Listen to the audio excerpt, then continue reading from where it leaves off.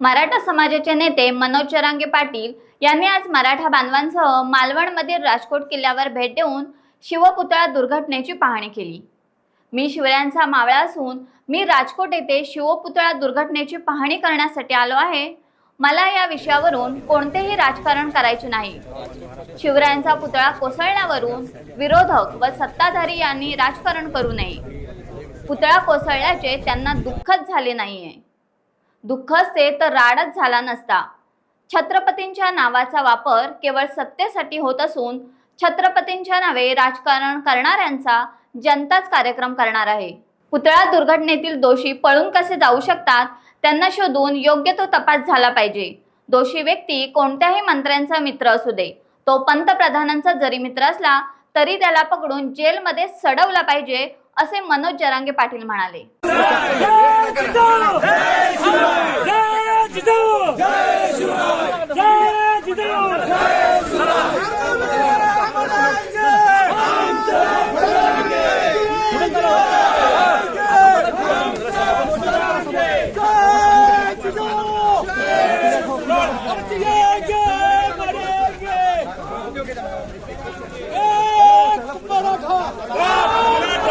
काय सांगाल?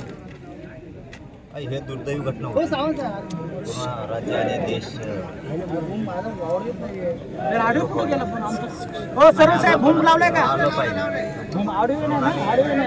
परवा ठरवलं की आपण राजकोट किल्ल्यावरती जायचं, पाहणी करायचं, भेट घ्यायचं, दर्शन घ्यायचं। तर कॅमेरा भी नाही रमेश दा, थोडासा पिछले त्या बांधवांचं असं म्हणणं आहे काही की तो जो स्मारक आहे, छत्रपती शिवरायांचा जो पुतळा आहे तो त्याच्यात काही मिलावट आहे त्या पुतळ्यामध्ये, म्हणजे फायबरची ब्रॉन्झ ते नसून त्याच्यामुळे काय असं म्हणजे शंका व्यक्त केली। आता ते सरकारनं बघितलं पाहिजे ते खरं आहे का कसं आहे। दुसरं त्यांचं एक असं म्हणणं आहे की पश्चिमेकडून वारा येतो, थांबा तुझं डोकं येतं पडलं तर ते पश्चिमेकच कसं पडलं, म्हणजे हे आता शंका आहेत।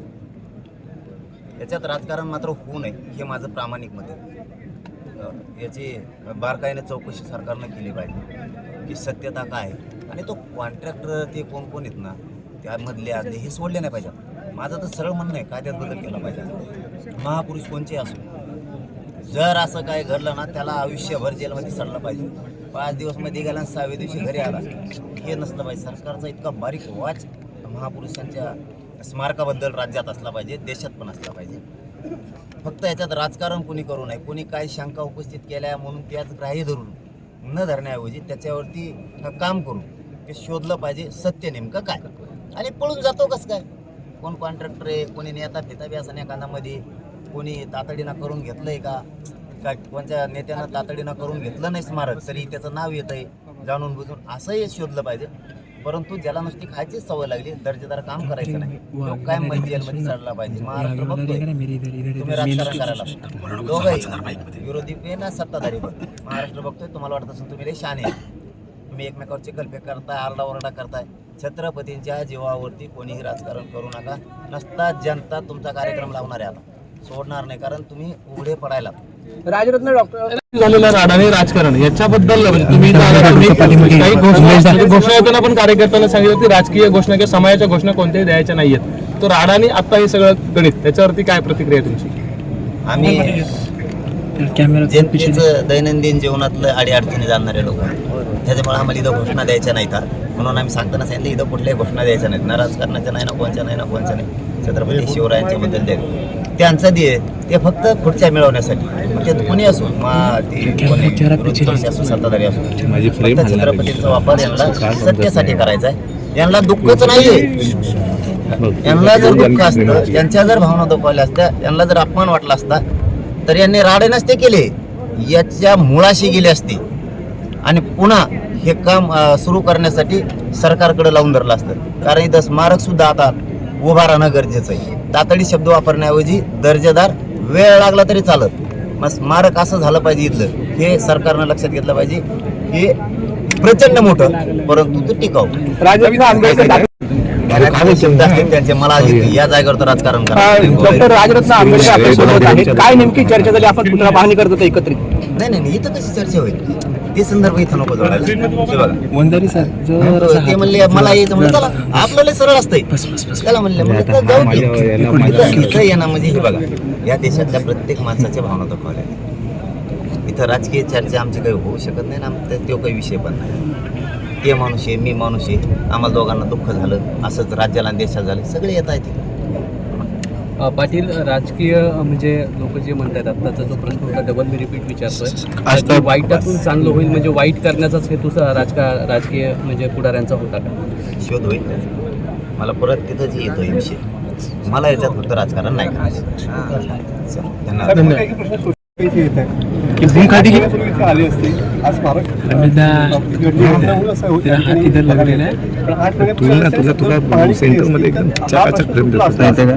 अरे आले म्हणून काय झालं म्हणा? कोणी आला तरी सत्ताधारी काय आला विरोधक आला म्हणून काय झालं? तुम्ही रोज इथं झोपत होते काय उपयोग झाला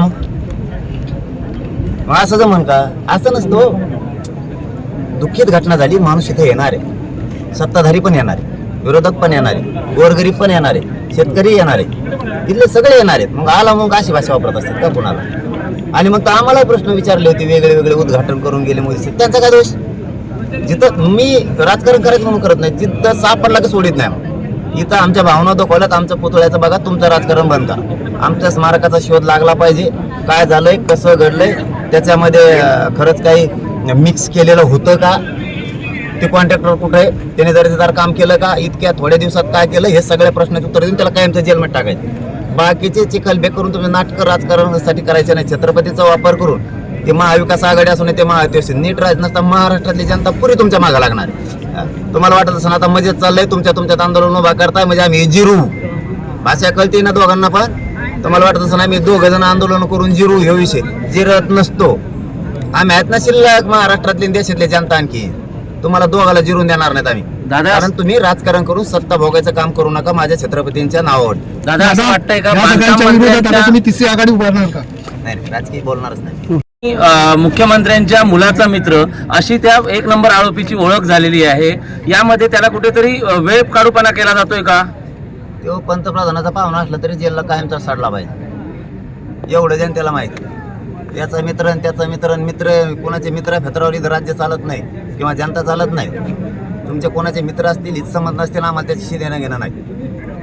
आमच्या भावना दुखावल्या त्याच्यामुळं तो जेलला पाहिजे आणि कायम साडल्याला पाहिजे. टाइम्स डिजिटलला लाईक करा शेअर करा सबस्क्राईब करा आणि बेल आयकॉन दाबायला विसरू नका. Times digital